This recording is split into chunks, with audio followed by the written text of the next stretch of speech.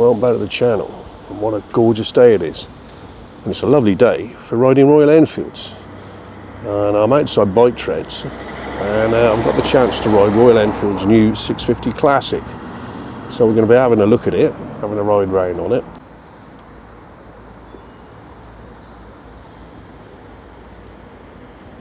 Right then, well I've got me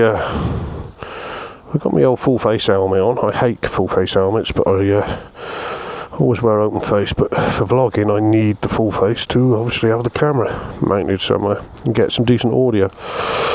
So anyway, let's get on this thing, the good old Classic. If it's as good as the Bearer or the Bear that I rode the other day, I'll be more than happy. So first impressions. Yeah, so the seat is quite firm, but I fit it. I'm 6 foot, and my bum's not overhanging the back of the seat. Because when you look at these bikes from the side, they look quite stubby with the single seat fitted. But no, that's nice and comfortable. Gear lever could be lifting up a bit, but never mind. So let's go. Let's go and put some fuel in it. Mirrors, yeah, they're alright. I see my elbows a little bit, but these gearboxes on these bikes are absolutely superb. There we go, look, that's what it looks like in the window, if you can see me. So I'm 6 foot, and I don't look too big on it.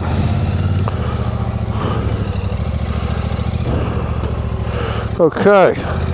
Let's get going and hope that nobody nicks my shovel head. I've got it parked round the back.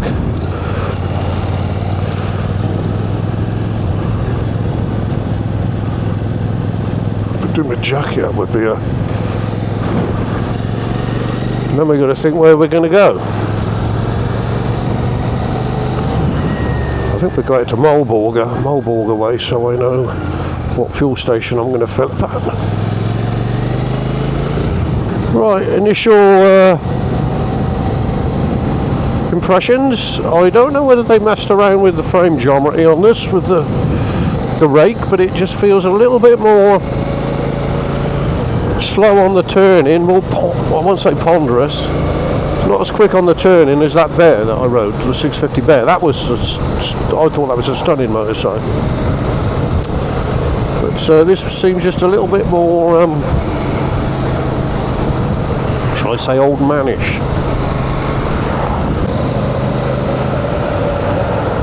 So we're going to head for the scenic route to Marlborough, and we'll go up past the forest, I think. We'll just have a whiz round. It's a beautiful day with some nice scenery. We might stop off at a windmill as well, have a look at a windmill.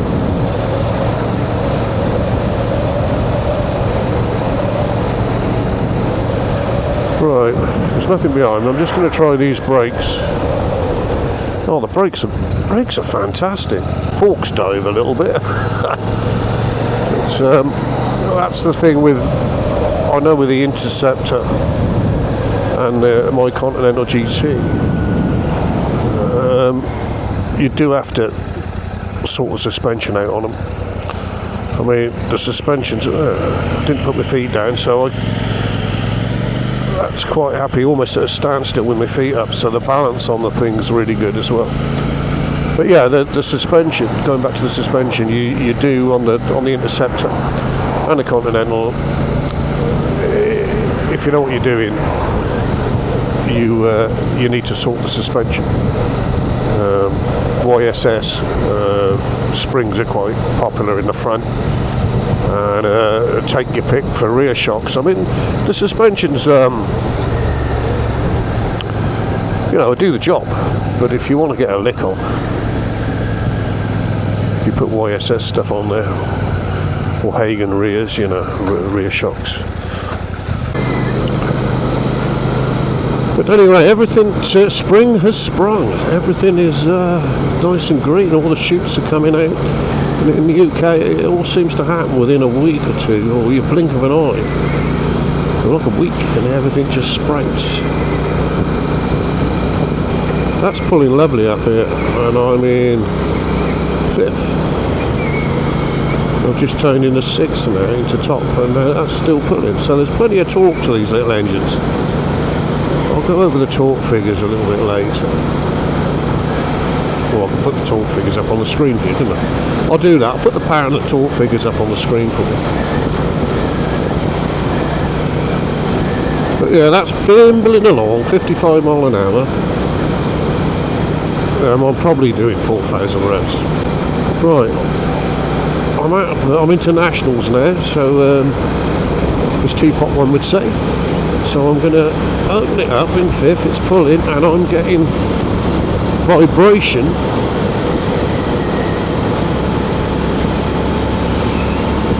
I'm getting vibration coming through. So I'm 60. It's coming up through that seat. Now, I found the very same thing when I rode the shotgun, and I thought that was a nice bike to ride, a bit choppy on the suspension, but I was getting vibration coming up through the seat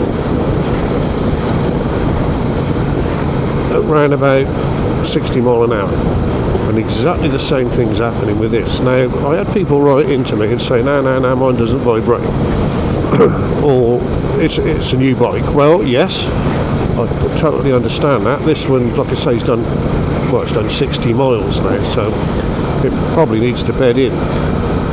But you do get, now this is on both those bikes, it's on the shotgun and this one, vibration coming up through the seat. Round about, it starts at round about 55 mile an hour. There's the white horse up there, look. Right, let's see how, let's hustle it. There's some twisters here. There's some twisters, so let's hustle it through these twisters. Yeah, when I'm blipping the throttle, the vibes are coming up.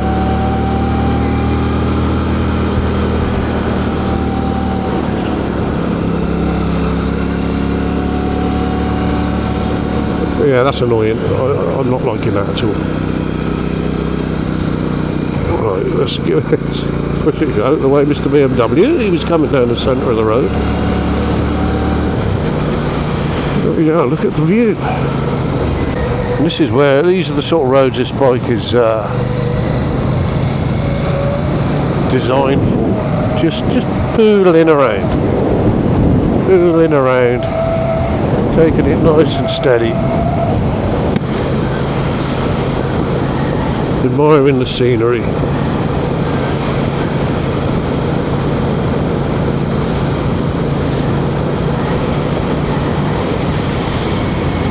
Some gallops down there for the race horses.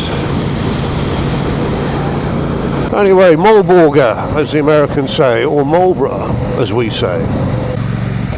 Marlborough in all its glory. Or Marlborough.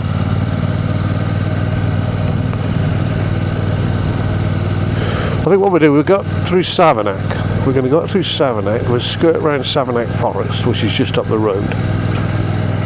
Oh, I've got to get some fuel yet. It's still plodding on. So, oh, I know where there's a garage.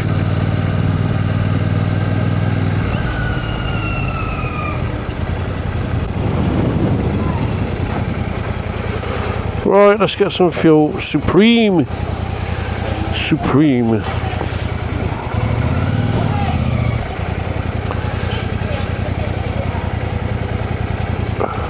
Right, we'll just run through the fueling up procedure for this. So, what we got? Oh yeah, that flips up like that. I think this whole thing will come up. Oh no, we got a hinge on this.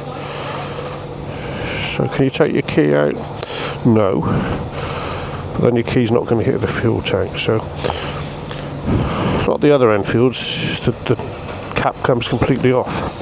Right, we're going to put the proper fuel in, E5. We don't want the crap stuff. This will run on E10 though, no problem. We'll put some fuel in for bike treads. See how much it takes. And that was on 3 digits.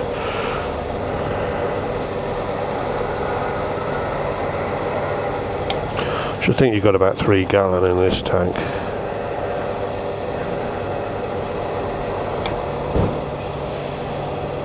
Which is going to give you plenty of...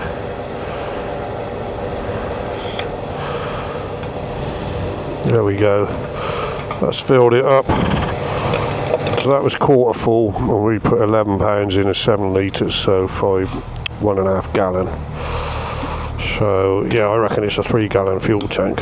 Anyway, let's go and pay for it. Okay. Fueled up. I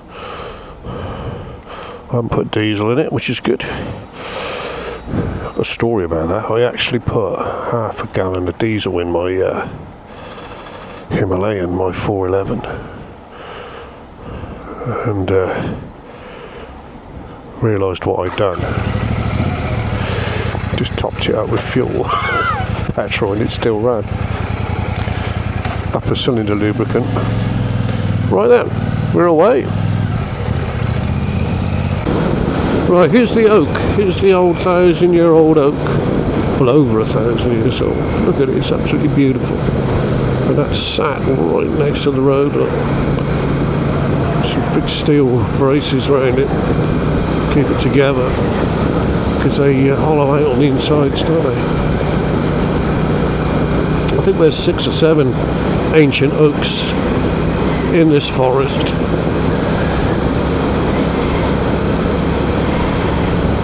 If you want to find out about them, go to my mate's channel, Sandy's channel, Wiltshire man. He's done a few vlogs on the ancient oaks. He knows his stuff, does our Sandy.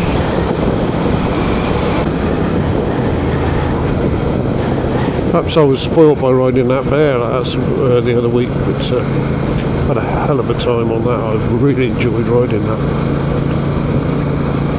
But obviously that's a different frame.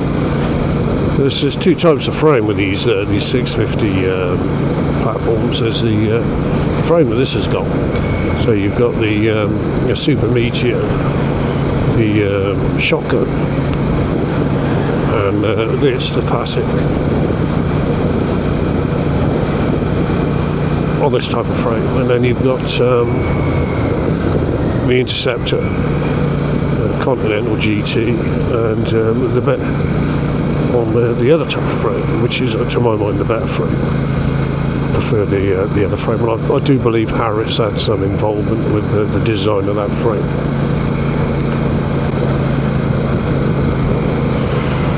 Vintage greeny type thing there, look. Now, here we go. Windmill's up here. So, I was doing the hand signals as well. It's quite appropriate with this style of bike. So we're going to have a look at this windmill, see what it's all about, and then we'll have a look at the bike. Yeah, you get plenty of looks from people on this. It is a really nice looking motorcycle. Like I said back at the shop, there's the windmill in the distance. I don't know if the camera can pick that up. But yeah, as I said back in the shop, I think they, for a classic or even a platform for a custom bike, Enfield's not the nail on the head. And I think Harley, I keep banging on about Harleys, but I have got an avid interest in them. I own 5 of the damn things. Harley kind of lost the plot a little bit, haven't they, with the design of their bikes? Why can't they make something like this? Yeah, look at that. Look at that little pond with the ducks. How beautiful is that?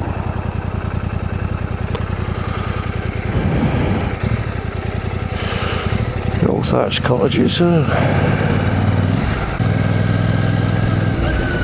do we get to this windmill? Not down there. That's somebody's house. Up here, I reckon. Oh, well, there we go.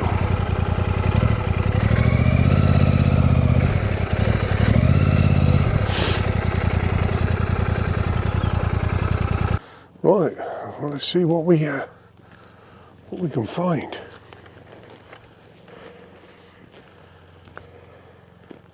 And there it is. There's the windmill. Yeah, the windmill. This was built in 1821, and it was built to replace 5 water mills that were no longer operable because they'd nicked all the water for the Avon and Somerset canal system. So that's why this windmill was built. But cool, lovely thing.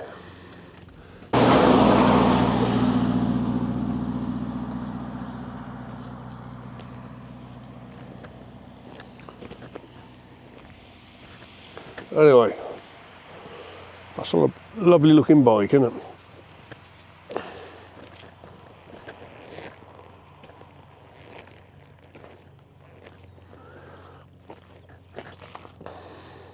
I think we'll head for Holborn. I think we're going to head for the Blue Boar Inn, or the Blue Boar pub, which was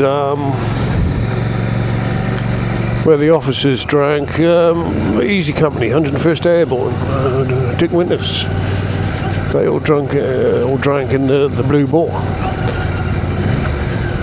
back in the Second World War, prior to being deployed to Normandy. And obviously their adventures were documented in the Tom Hanks's amazing film Band of Brothers. Right, and we're going to go straight up this road here to the Blue Boar.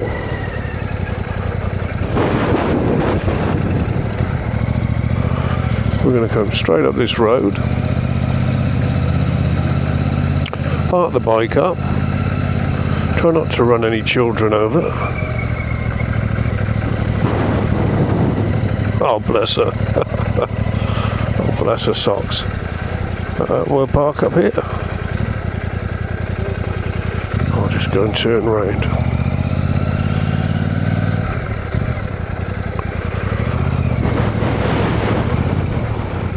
Now this is where I brought the Super Meteor, so we'll park it here.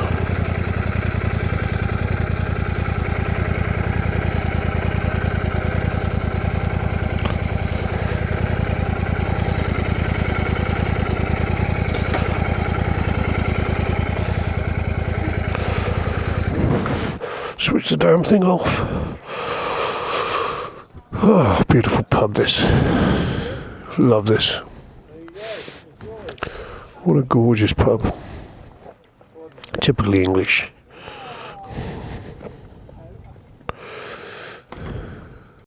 I've had permission to film in it. So I'll have a quick scan round. There you go.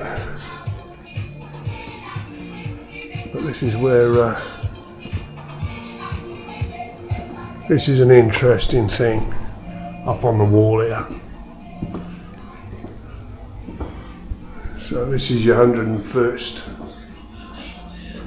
and if you look, there's some bits and bobs, but here we go. This is interesting. It's the Blue Boar. This is obviously either a drinking club or, yeah, the drinking club. And we've got Chairman, Captain Hester. And then you go down, down, down. And then you get to Lieutenant Frosty Winters. And as you all know, that was Dick Winters. Became very famous with Easy Company.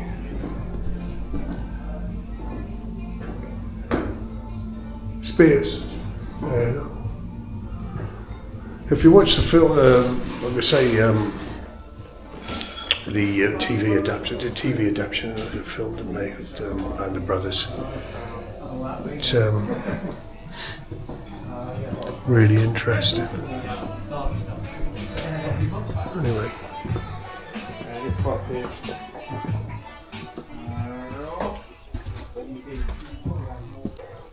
Right, let's have we'll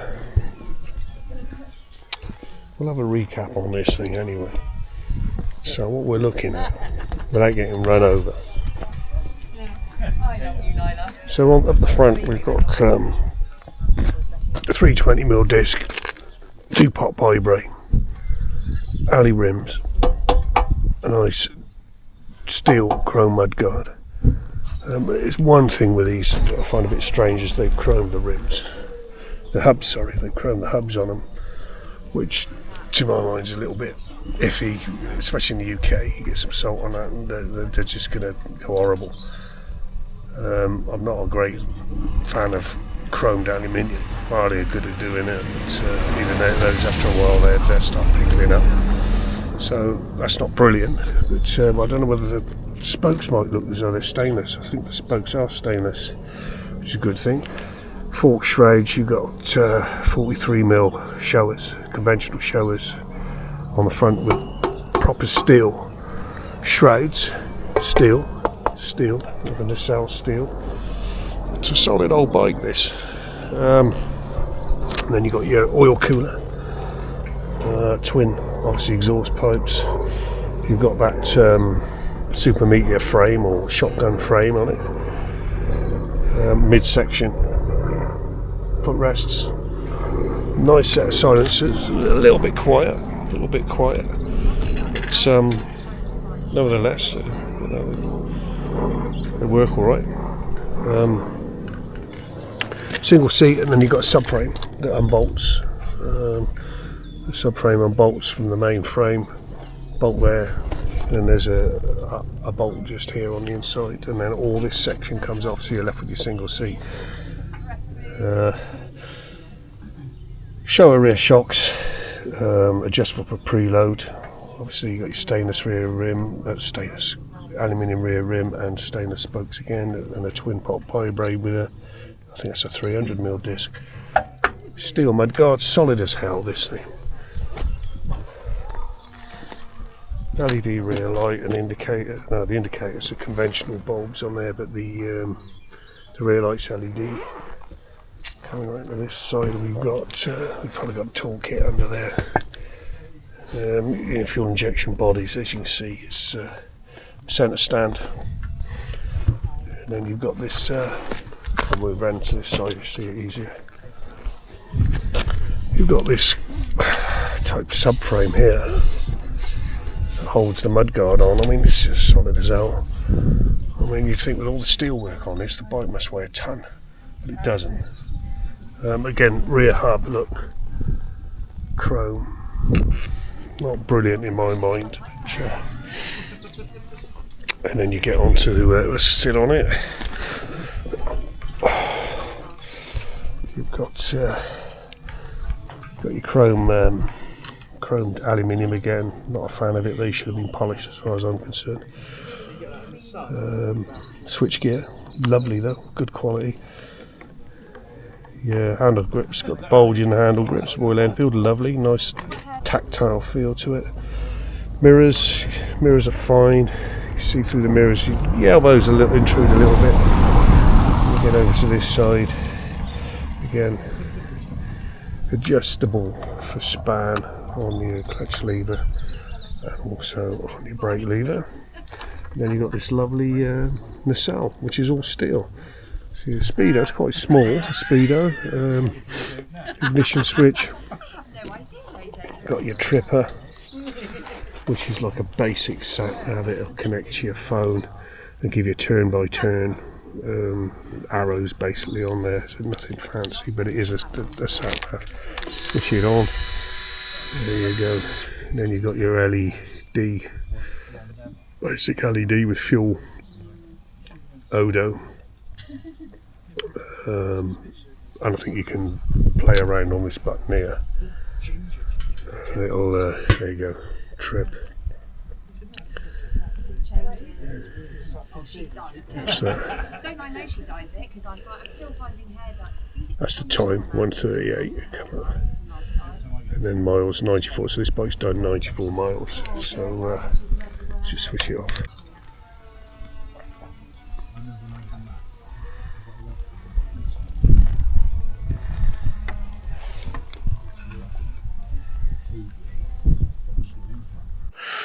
Here we go.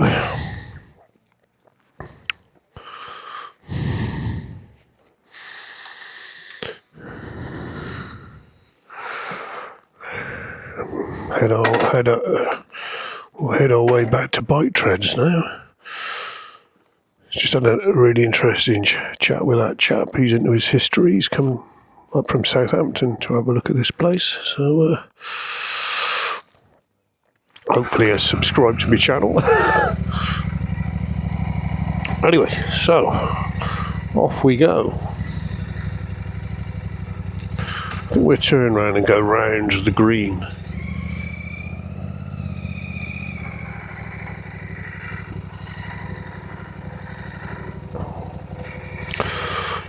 Around the green and past the church.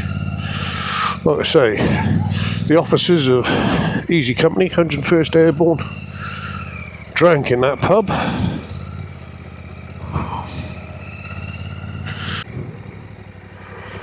Away we go. It's clouded over a bit now. I think we might be getting a bit of rain.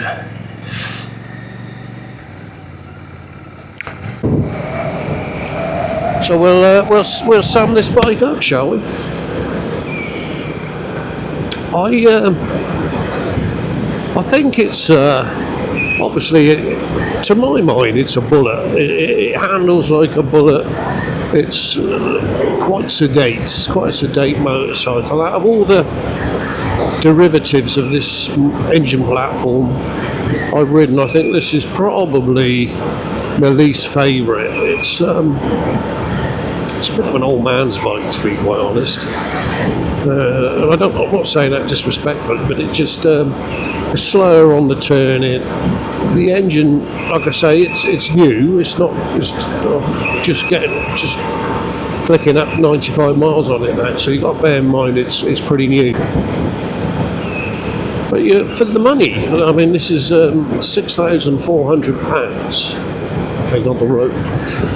For the money, you're getting a hell of a lot of bike, and it is damn good quality. Nice chrome, nice paint. I mean, how many motorcycles can you buy today with the chrome fuel tank? You know, it's not many.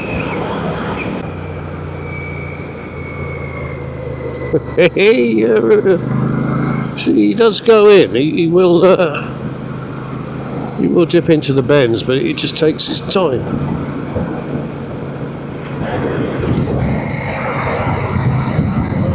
Just takes its time. Anyway, we're going to wrap it up now, and I'd just like to say thank you as usual for sticking with me. I hope you've enjoyed the review. Well, it's a kind of review, and it's just my idea of what I think about the bike. I hope you enjoyed it, and as always, take care, and I'll see you. Here we go. I'll see you on the next one. Cheerio.